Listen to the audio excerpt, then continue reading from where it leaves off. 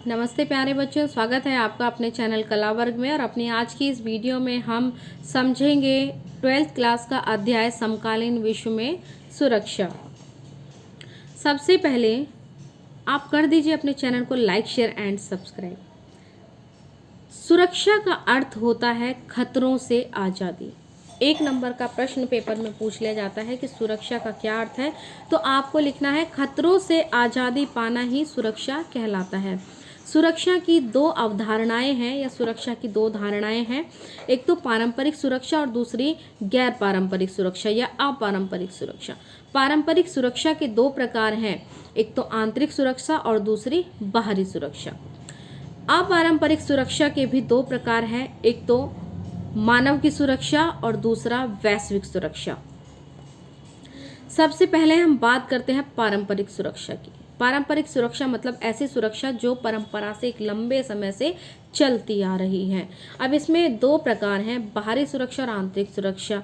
बाहरी मतलब ऐसी सुरक्षा जो हमें बाहर के देशों से है, जैसे भारत को खतरा है चीन से, पाकिस्तान से, तो ये बाहरी सुरक्षा का मुद्दा है। आंतरिक सुरक्षा, देश के अंदर ही देश को नुकसान पहुंचाने वाले बहुत सारे तत्व मौजूद हैं, जिसको हम आंतरिक सुरक्षा कहते हैं। इसके बाद हम बात करते हैं अपारंपरिक सुरक्षा की, जिसमें मानव की सुरक्षा। देखिए, जैसे मानव की सुरक्षा की ज़रूरत कैसे है, जैसे अभी 2 साल पहले हमने एक बहुत बड़ी महामारी की मार झेली थी, जिसका नाम था कोरोना महामारी। कोरोना महामारी मानव मात्र के लिए, मनुष्यों के लिए बहुत बड़ा एक उसके अस्तित्व के लिए खतरा बन गया था। कितनी मुश्किल से हमने उस काल को, उस दौर से हम बाहर निकल कर आए हैं, है ना। परिवारों को एक बहुत बहुत बड़ी बड़ी समस्याओं का सामना करना पड़ा, और हमने भी देखा कि कितने मतलब बहुत दुखदायक ये दौर था हमारा। ये मानव की सुरक्षा का मुद्दा था, जो विभिन्न प्रकार की महामारियां फैल जाती हैं। दूसरी बात करते हैं हम वैश्विक सुरक्षा की। वैश्विक सुरक्षा में कौन से मुद्दे आते हैं, जैसे हमारे पर्यावरण से संबंधित मुद्दे हैं, ये वैश्विक सुरक्षा में आते हैं। अगर हम अपने विश्व को सुरक्षित रखना चाहते हैं तो हमें अपने पर्यावरण को बचाना होगा, अपनी नदियों को साफ रखना होगा। और जो विभिन्न प्रकार की कुछ वायरस ऐसे होते हैं जो मतलब इसको आज की डेट में हम बायोवार बोलते हैं। किसी प्रकार का वायरस किसी देश में छोड़ दिया जाता है और उसकी वजह से ना, मतलब ये कोई ऐसी लड़ाई तो है नहीं कि गोली चला दी और ख़त्म हो गई। वायरस की जो लड़ाई है, कोविड वायरस है, देखिए 2 साल में हमें कितनी बुरी महामारी की मार एक तरीके से झेलने पड़ी। तो ये बायोवार वैश्विक सुरक्षा का मुद्दा है। जीवाणुओं के माध्यमों से किसी देश की जनता को खराब कर दिया जाता है। तो ये सुरक्षा का हमारा अपारंपरिक सुरक्षा में वैश्विक सुरक्षा का मुद्दा है। इसके बाद हम बात करते हैं पारंपरिक सुरक्षा और अपारंपरिक सुरक्षा में अंतर की। सबसे पहला अंतर है, देखिए, पारंपरिक सुरक्षा में सैन्य हमलों का खतरा सबसे ज़्यादा होता है, जबकि अपारंपरिक सुरक्षा में हमने अभी अभी पढ़ा था मानव मात्र और वैश्विक विश्व स्तर पर जो चोट पहुंचाने के प्रयास किए जाते हैं वो सब इसमें शामिल होते हैं। दूसरा है, पारंपरिक सुरक्षा में कभी कभी सैनिकों के साथ साथ आम जनता को भी निशाना बनाया जाता है, जबकि अपारंपरिक सुरक्षा में पूरी मानव जाति के अस्तित्व को खतरा रहता है, जैसे कोरोना में हुआ था, है ना। और पारंपरिक सुरक्षा का एग्जाम्पल अगर हम लेते हैं तो जैसे भारत पाकिस्तान युद्ध हो गया, भारत चीन युद्ध हो गया, ये हुआ। और अगर हम अपारंपरिक सुरक्षा का एग्जाम्पल लेते हैं, कोरोना महामारी हो गई, भुखमरी हो गई है, कुपोषण हो गया है, ठीक है। ये सब पारंपरिक सुरक्षा की इस धारणा में सिर्फ सैन्य खतरा आता है। पारंपरिक सुरक्षा की जो धारणा है इसमें सिर्फ सैन्य खतरा आता है, और जो अपारंपरिक सुरक्षा की धारणा है इसकी सूची में अकाल आता है, प्राकृतिक आपदाएं आती हैं, महामारी आती हैं, ये सब आते हैं। पारंपरिक सुरक्षा के लिए युद्ध की आशंका को रोकना, शक्ति संतुलन करना तथा गठबंधन बनाना हो सकता है। हम गठबंधन बना करके या फिर एक दूसरे पर विश्वास करके इस सुरक्षा को बढ़ा सकते हैं। जबकि अपारंपरिक सुरक्षा में क्या होता है, सभी देशों को आपस में सहयोग करके बढ़ाना होगा। देखिए, सभी देशों ने सहयोग किया। कोरोना फैल रहा था, अमेरिका वालों ने फ्लाइट बंद कर दी, भारत ने अपनी फ्लाइट बंद कर दी, हालांकि काफ़ी देर से बंद की थी लेकिन बंद हो गई थी। बंद करने का परिणाम था कि हम इस महामारी को कंट्रोल कर पाए। अगर ये समय पर बंद हो जाती तो शायद हमारे देश में इतने बड़े स्तर पर ना पहुंचती, इतनी बड़ी मार भारत को ना झेलनी पड़ती। लेकिन डिसीजन लेने वालों के ऊपर डिपेंड करता है कि वो किस समय कौन से डिसीजन लेते हैं। चलिए, हमारे पारंपरिक सुरक्षा और अपारंपरिक सुरक्षा के बीच में अंतर स्पष्ट हो गया है। इसके बाद हम अगले प्रश्न पर अपने आते हैं कि शक्ति संतुलन क्या होता है, कोई देश इसे कैसे कायम करता है। शक्ति संतुलन का मतलब क्या होता है, जब दो देश एक दूसरे के बराबर सैन्य क्षमता अपनी बना लेते हैं, दोनों के पास इक्वल पावर हो गई है, दोनों के पास इक्वल न्यूक्लियर बम हो गए हैं, तो कोई भी देश दूसरे देश के ऊपर आक्रमण नहीं करेगा। क्यों? क्योंकि उसको पता है कि यदि मैं इसके ऊपर आक्रमण करूंगा तो वो भी मेरे ऊपर आक्रमण कर सकता है, क्योंकि उसके पास भी हथियार है। ये संतुलन की स्थिति बन गई कि डर की वजह से कोई भी किसी दूसरे देश के ऊपर आक्रमण नहीं करेगा। अब इसके लिए कोई देश कैसे कायम करता है, कोई देश कैसे कायम कर सकता है भाई?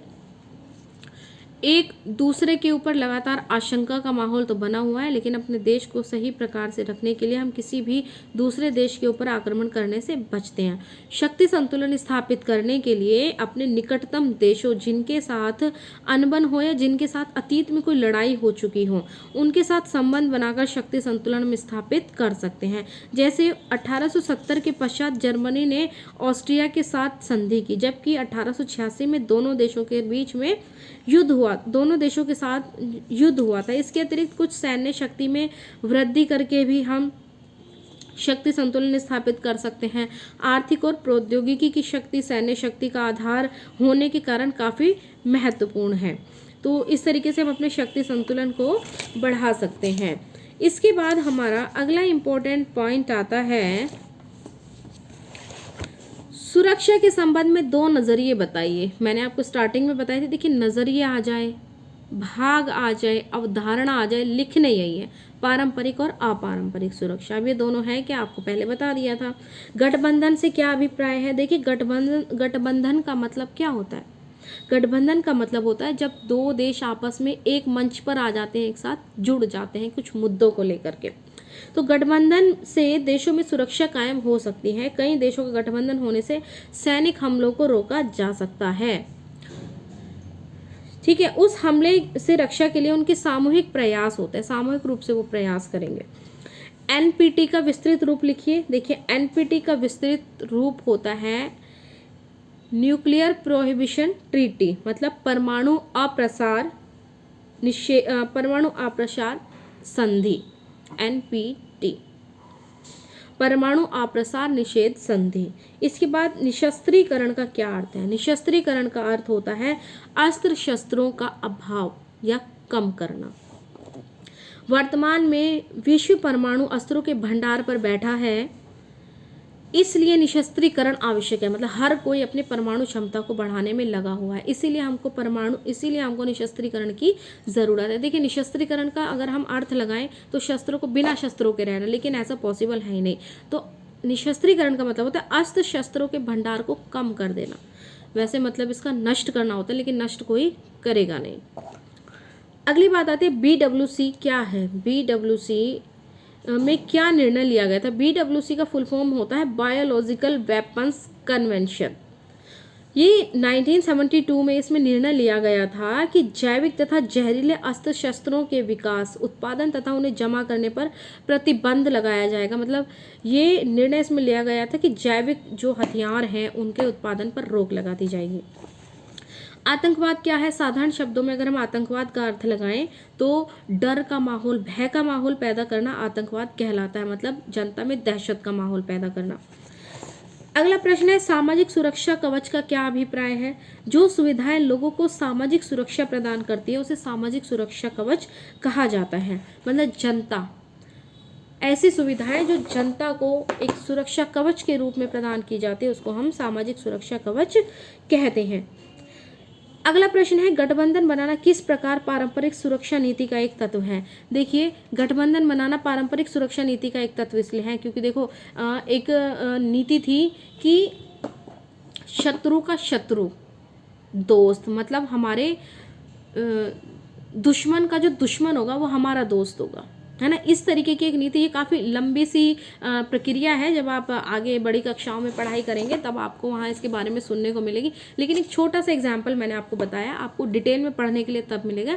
शत्रु का शत्रु हमारा दोस्त होता है, मतलब उन्होंने गठबंधन, हम किसके साथ गठबंधन कर रहे हैं? जो हमारे दुश्मन का दुश्मन है उसके साथ हम गठबंधन कर रहे हैं तो क्या होगा, अगर हम दुश्मन के साथ गठबंधन कर लेंगे तो हम थोड़े से पावर में हो जाएंगे। ठीक है, तो यही कारण है। अब क्या करते हैं कि पारंपरिक सुरक्षा नीति के तहत गठबंधन बनाए जाते हैं और गठबंधन में अनेक देश सम्मिलित होते हैं। गठबंधन सैन्य आक्रमण को रोकने या उससे रक्षा करने के लिए सबसे इम्पोर्टेंट एक महत्वपूर्ण कदम होता है। अगला प्रश्न है, आतंकवादी दहशत क्यों फैलाते हैं, क्यों आतंकवाद डर का माहौल पैदा करते हैं। सरकार से अपनी मांगे मनवाने के लिए आतंकवादी दहशत का वातावरण पैदा करते हैं। आतंकवादियों को दहशत पैदा करने के लिए अपने संगठन से धन या सुविधाएं उनको प्राप्त होती हैं, इसीलिए वो भय का वातावरण पैदा करते हैं। वर्तमान में मानव जाति को किससे खतरा है। वर्तमान में मानव जाति को सबसे बड़ा खतरा है प्राकृतिक आपदाओं से, महामारियों से, है ना, आतंकवाद से, परमाणु हथियारों से, बायो वार से। अगला प्रश्न है, मानव अधिकारों की रक्षा के लिए सक्रिय 2 स्वयंसेवी संगठनों के नाम बताइए। तो पहला संगठन है हमारा एमनेस्टी इंटरनेशनल और दूसरा है ह्यूमन राइट्स वॉच। अगला प्रश्न, द्विपक्षीय वार्ता से आप क्या समझते हैं। द्विपक्षीय वार्ता का अर्थ होता है 2 राष्ट्रों के बीच में वार्तालाप होना, बातचीत होना। नेक्स्ट हमारा प्रश्न है कि समकालीन विश्व में क्षेत्रीय सुरक्षा की अपेक्षा मानवीय सुरक्षा अधिक महत्वपूर्ण हो गई है। मानवीय सुरक्षा समकालीन विश्व में, क्षेत्र की सुरक्षा तो हो ही रही है लेकिन मानव की सुरक्षा क्यों, पर्यावरणीय मुद्दे बड़े रूप में आ गए हैं। समकालीन विश्व में क्षेत्रीय सुरक्षा की अपेक्षा मानवीय सुरक्षा ज़्यादा महत्वपूर्ण हो गई है, क्योंकि क्षेत्र किसी देश के भूखंड का प्रतीक होता है, जबकि मानव पूरी जनता जनार्दन का। मानव की सुरक्षा और राज्य की सुरक्षा एक दूसरे के पूरक होती है। सुरक्षित राज्य का मतलब है सुरक्षित जनता नहीं होता, सुरक्षित राज्य का मतलब सुरक्षित जनता नहीं होता, जबकि सुरक्षित जनता का अर्थ आप क्षेत्रीय सुरक्षा से ले सकते हैं। इसमें आपको सिंपल सी चीज़ें ये लिखनी है कि समकालीन विश्व में क्षेत्रीय सुरक्षा की अपेक्षा मानवीय सुरक्षा इसलिए महत्वपूर्ण है क्योंकि पर्यावरण से उत्पन्न होने वाले खतरे बहुत ज़्यादा हैं, जिसको हम आपस में मिलजुल कर ही उसका हल निकाल सकते हैं। प्रवासन क्या होते हैं। प्रवासन का अर्थ है संचार, यातायात या रोजगार के साधनों के विकास के कारण लोगों का एक देश को छोड़कर दूसरे देश में चले जाना, ये प्रवासन कहलाता है। CTBT क्या है। CTBT comprehensive test ban treaty, CTBT का फुल फॉर्म है। इसके बाद हम अगले इम्पोर्टेंट प्रश्न पर आते हैं अपने। मानवीय सुरक्षा से आपका क्या अभिप्राय है। मानवीय सुरक्षा का अर्थ है कि मानव को खतरों से आज़ादी दिलाना मानवीय सुरक्षा का अर्थ है।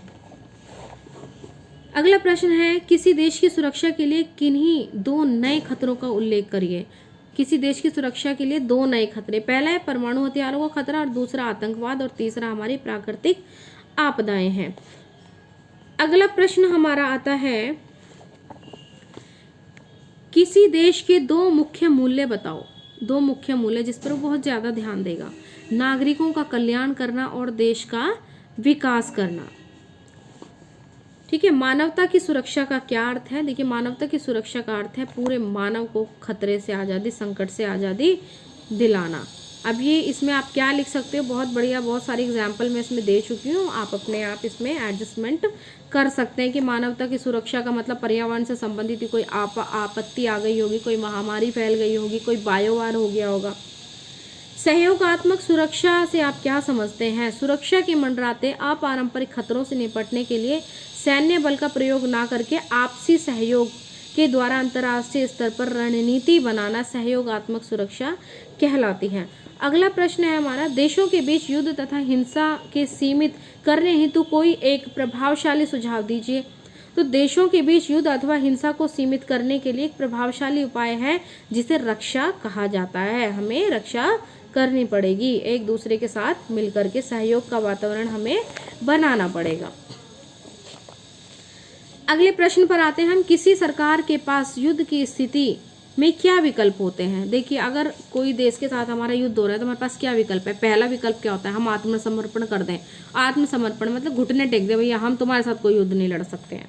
दूसरी है आक्रमणकारी देशों की शर्तों को मान ले, जो वो कह रहा है उसको मान ले। भाई युद्ध करने का कारण होता है ना कि सामने वाले ने हमें कुछ कहा होगा कि तुम इस बात को मान लो, और जब हम उस बात को नहीं मानते तो फिर युद्ध शुरू हो जाता है। तो या तो सामने वाले की बात को मान लो या फिर घुटने टेक दो कि भाई हम नहीं लड़ेंगे तुम्हारे साथ, हम नहीं लड़ सकते हैं। और दूसरा है जो देश हमारे ऊपर आक्रमण कर रहा है उसको युद्ध लड़के हरा दो। तो तीन विकल्प हमारे सामने होते हैं। जैसे भी हमारे देश की कंडीशन होती है, जैसे भी हमारी स्थिति होती है, उसी के अनुसार हमको निर्णय लेना चाहिए। ये हमारे इम्पोर्टेंट जो क्वेश्चंस थे। अब देखिए अगला प्रश्न है, बहुत ही महत्वपूर्ण है। वैश्विक गरीबी, स्वास्थ्य तथा शिक्षा जैसे गैर परंपरागत तथा मानवीय सुरक्षा से संबंधित मुद्दों की व्याख्या कीजिए। वैश्विक गरीबी क्या होती है? जो पूरे विश्व में जो गरीबी है उसको वैश्विक गरीबी कहा जाता है। ठीक है। इसके बाद स्वास्थ्य है, पूरे विश्व के देखिए जैसे महामारी फैली थी तो पूरे विश्व के जितने भी देश थे सभी देशों में महामारी फैली थी, तो उसके लिए स्वास्थ्य सुविधाएं सभी देशों ने अपने अपने स्तर पर प्रयास किए थे, और वैक्सीन जिन देशों ने बनाई थी अपने साथ साथ दूसरे देशों में भी उन्होंने प्रदान की थी। जैसे पहले एक भयंकर, जैसे अब की बार में हमारी कोरोना महामारी चली थी, उससे पहले चेचक, हैजा, ये भी एक बड़ी महामारी होती थी, इनका कोई इलाज नहीं था हमारे पास में, प्लेग जैसी ये सब बीमारियां। शिक्षा, वर्तमान समय में शिक्षा विश्व के सभी लोगों के लिए गंभीर समस्या बन गई है। देखो शिक्षा हम कहाँ से प्राप्त करें? खाने के लिए हमारे पास रोटी नहीं है। शिक्षा हम कहाँ से प्राप्त करें? पहनने के लिए कपड़े भी नहीं हैं। ये स्थिति हो रही है देशों की। तो शिक्षा प्रदान करने के लिए सरकार को उचित रूप से प्रयास करने चाहिए। जनता के लिए उनको रोजगार दीजिए, रोजगार देंगे तो उनका पेट भरेगा तो वो इससे थोड़ी दूसरी तरफ जाएंगे, शिक्षा की तरफ बढ़ेंगे। ठीक है। तो इस प्रकार की सुविधाएं प्रदान करना, ये वैश्विक स्तर पर प्रयास करने बहुत ज़्यादा जरूरी है। अगला प्रश्न हमारा, बाहरी सुरक्षा की पारंपरिक धारणा से क्या अभिप्राय है और इस प्रकार की सुरक्षा के किन्हीं कोई दो तत्व बताइए। देखिए बाहरी सुरक्षा का मतलब क्या होता है? हमें जब किसी दूसरे देश से खतरा होता है तो दूसरे देश से होने वाले खतरों से आज़ादी पाना बाहरी सुरक्षा कहलाता है। और इसमें शक्ति संतुलन, हम इसके लिए जो सुरक्षा के तत्व हैं, शक्ति संतुलन है, इसको अपनाकर इससे छुटकारा पा सकते हैं, गठबंधन बना सकते हैं, कोई संगठन हमने बना लिया है। ठीक है। जैसे जो अमेरिका ने नाटो बना लिया था, सोवियत संघ ने वार्सा पैक्ट बना लिया था, अपना वार्सा बना लिया, वार्सा संधि कर ली थी, तो ये इन्होंने गठबंधन बना लिए थे। जैसे भारत ने सार्क बना रखा है अपना, ब्रिक्स में शामिल है, ये सब हमारे गठबंधन है। अपरोध अपना सकते हैं, इसके द्वारा युद्ध को रोका जा सकता है। कैसे? सामने वाले के पास ही बराबर हथियार है, हमारे पास ही बराबर हथियार है, इसलिए हम उसके ऊपर आक्रमण नहीं करेंगे, क्योंकि हमने कर दिया तो वो उल्टा जवाब जरूर देगा। ये वजह है इसकी। ठीक है। तो ये हमारा ये वाला पॉइंट भी हमारा कंप्लीट होता है। अगला प्रश्न है, तीसरी दुनिया के देशों में रहने वाले लोगों के समक्ष किन्हीं 4 खतरों का वर्णन कीजिए। देखिए ये मैं आपको तीनों दुनिया बता देती हूँ। पहली दुनिया का मतलब विकसित देश, जहाँ पर बेरोजगारी भी नहीं है, रोजगार भी बहुत अच्छे से है, शिक्षा सुविधाएं हैं, स्वास्थ्य सुविधाएं हैं, उच्च जीवन स्तर है, और जो आपकी आय है न्यूनतम प्रति व्यक्ति आय अच्छी है, गरीबी नहीं है, बेरोजगारी नहीं है, भुखमरी भी नहीं है। ये हमारे पहली दुनिया के देश हैं। दूसरी दुनिया के देशों की तरफ आ जाते हैं। देखिए दूसरी दुनिया के देशों में वो देश आते हैं जिनको सोवियत संघ ने फांसीवादी ताकतों से आज़ाद कराया था, और वहाँ पर उन्होंने अपना साम्यवादी शासन उन देशों को अपना दिया था, मतलब उन देशों ने साम्यवाद को अपना लिया था। हमारे दूसरी दुनिया के देश कहलाते हैं। तीसरी दुनिया के देशों की तरफ अगर हम बात करते हैं तो तीसरी दुनिया के देश होते हैं गरीब, अल्प विकसित। विकासशील देश अलग है, अल्प विकसित देश अलग है। विकासशील देश जिनका विकास चल रहा होता है, अल्प विकसित देश जिनका विकास हुआ ही नहीं है। अब हम दुनिया की बात करें तो तीसरी दुनिया में आते हैं अल्प विकसित देश। पहले दुनिया में विकसित देश सब कुछ विकास हो चुका है, दूसरी दुनिया में वो देश जिनको सोवियत संघ ने फांसीवादी ताकतों से आज़ाद कराया था और उन देशों ने समाजवादी व्यवस्था को अपना लिया था। तीसरी दुनिया के देश अल्प विकसित देश हैं जिनका विकास नहीं हुआ था, गरीबी बहुत ज़्यादा, बेरोजगारी बहुत ज़्यादा, कुपोषण की समस्या, भुखमरी, शिक्षा नहीं है, स्वास्थ्य नहीं है, ठीक है, और रोजगार के साधन भी नहीं है, गरीब लोग हैं, प्रति व्यक्ति आय निम्न है।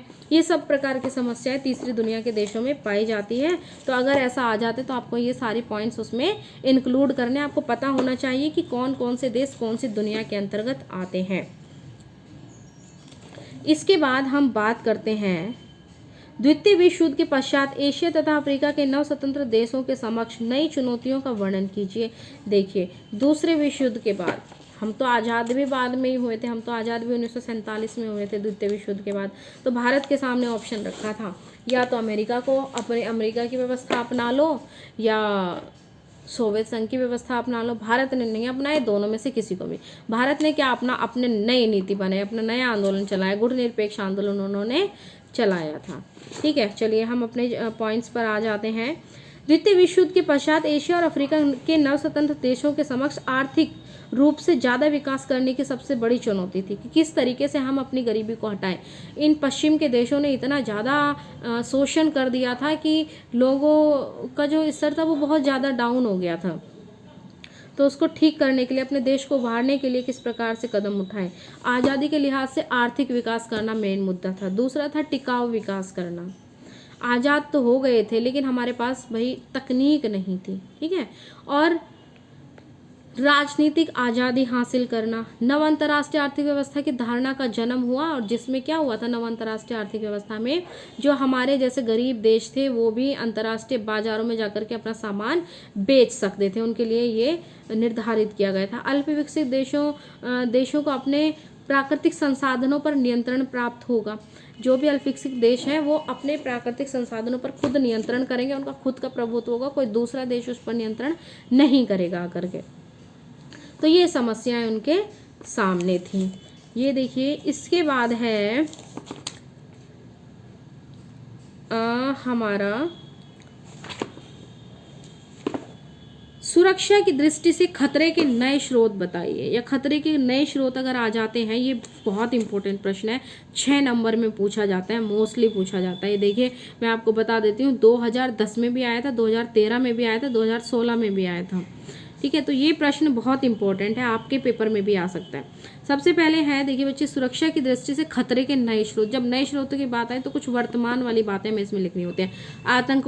आतंकवाद सबसे बड़ा मुद्दा है ना वर्तमान समय में। दूसरा है मानवाधिकार हमें दिए तो गए लेकिन बड़े लेवल पर उसका उल्लंघन होता जा रहा है। इनकी डिटेल आप आराम से इनके अंदर लिख लोगे, क्योंकि इन सब चीज़ों के बारे में मैं आपको बहुत डिटेल में समझा चुकी हूँ। तीसरा पॉइंट आ जाता है प्रदूषण का। हमारा प्रदूषण भी वायु प्रदूषण अलग हो रहा है, नॉइज़ प्रदूषण अलग हो रहा है, जल प्रदूषण अलग हो रहा है, अलग अलग प्रकार के प्रदूषण हो रहे हैं। तो इनसे बचाने के लिए हमें खुद प्रयास करने पड़ेंगे। ये भी हमारे खतरों के नए स्रोत बन रहे हैं। निर्धनता, देखिए निर्धनता, गरीबी भी खतरे का एक स्रोत है। तो ये हमारे खतरों के स्रोत हो गए हैं, और ये मैंने आपको इम्पोर्टेंट प्रश्न सभी करा दिए हैं। अब हम आगे प्रश्न पर आते हैं कि जब कोई नया देश परमाणु शक्ति संपन्न होने की दावेदारी करता है तो बड़ी बड़ी ताकतों का रवैया क्या होता है।